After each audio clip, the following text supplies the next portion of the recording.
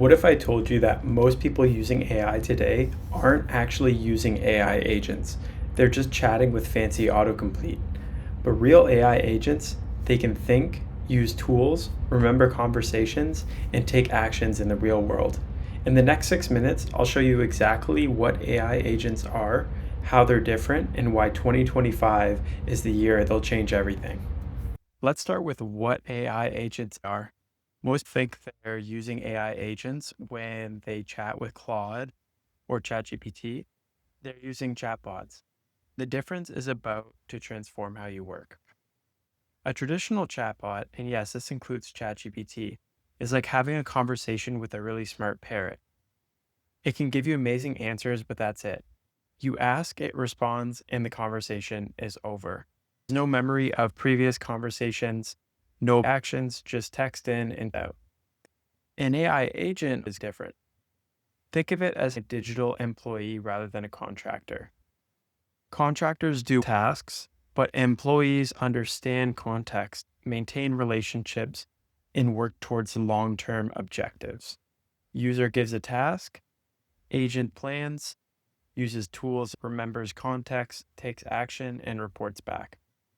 It has relationships, memory, uses tools, and takes proactive actions. Ask ChatGPT what's the weather. It tells you it's sunny. An AI agent would check the weather, notice you're traveling tomorrow, automatically add a calendar, remember to pack an umbrella, and send a text if rain is forecasted.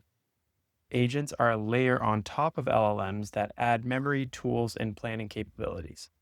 The quality depends on how well you describe the tools to the agent. Think about what a human analyst would do, turn those actions into well-described tools. Here's where it gets interesting. AI agents can be broken down into 5 levels of autonomy. Think self-driving cars, but for AI. Level 0, this is basic Q&A. This is your typical ChatGPT interaction. No memory, no tools, no follow-up. Level 1, specific functions. Check your calendar, send an email, look up information, limited. Level 2, task planning. Break down complex tasks into steps. Use different tools in sequence. Plan vacation becomes research destinations, check flight prices, book hotels, add to calendar. Level 3, goal-oriented.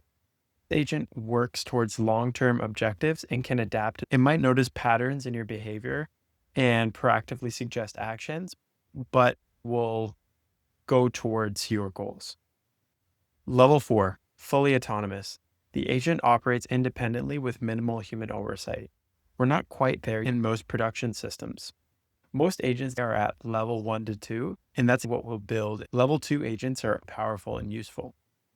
Watch how the slide automatically cycles through each level. This gives you a perfect overview of the progress from basic chatbots to advanced agents. A level 2 example with code generation agents. Tools like Replit agent use specialized agents. A planning agent that architects your app, a code writing agent that implements features, and a review agent that checks for errors. Each works towards, let's go to customer service, a well-established use case of AI. An e-commerce agent might check order status, process refunds, send emails, schedule callbacks. It can handle 80% of customer inquiries without human intervention. A personal assistant could read emails for meeting requests, check your calendar for conflicts, propose alternative times, book meetings, and send emails. These aren't magic. They're combinations of language models, memory systems, and tools. The quality of tool use depends on how well you describe the tool to the agent. It's not enough to give access to your database.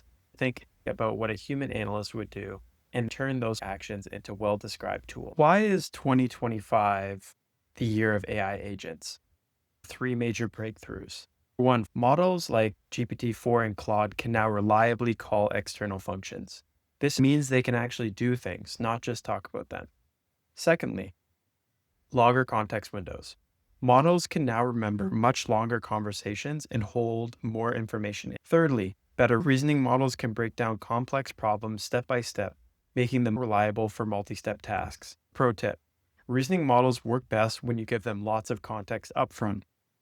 Think of them as report generators rather than chat interfaces. AI engineering is a new domain, like data engineering a few years ago. Over the next 7 episodes, we're going to build real agents step by step. Next week, we're going to talk about how to choose the right LLM for your agent. We're going to include why you should start with expensive models when prototyping. Episode 3 will be building your first agent with working code. Episode 4 will be the prompting framework that works, memory systems, multi-agent coordination, and production deployment. By the end, you'll have everything you need to build production-ready AI agents. Would love for you to subscribe to grow my audience and allow bigger and better guests. All the code and the series roadmap are linked in the description. What's the first agent you want to build? Drop a comment below. I'll read every comment and maybe I'll feature your idea in a future episode. See you next time for episode 2.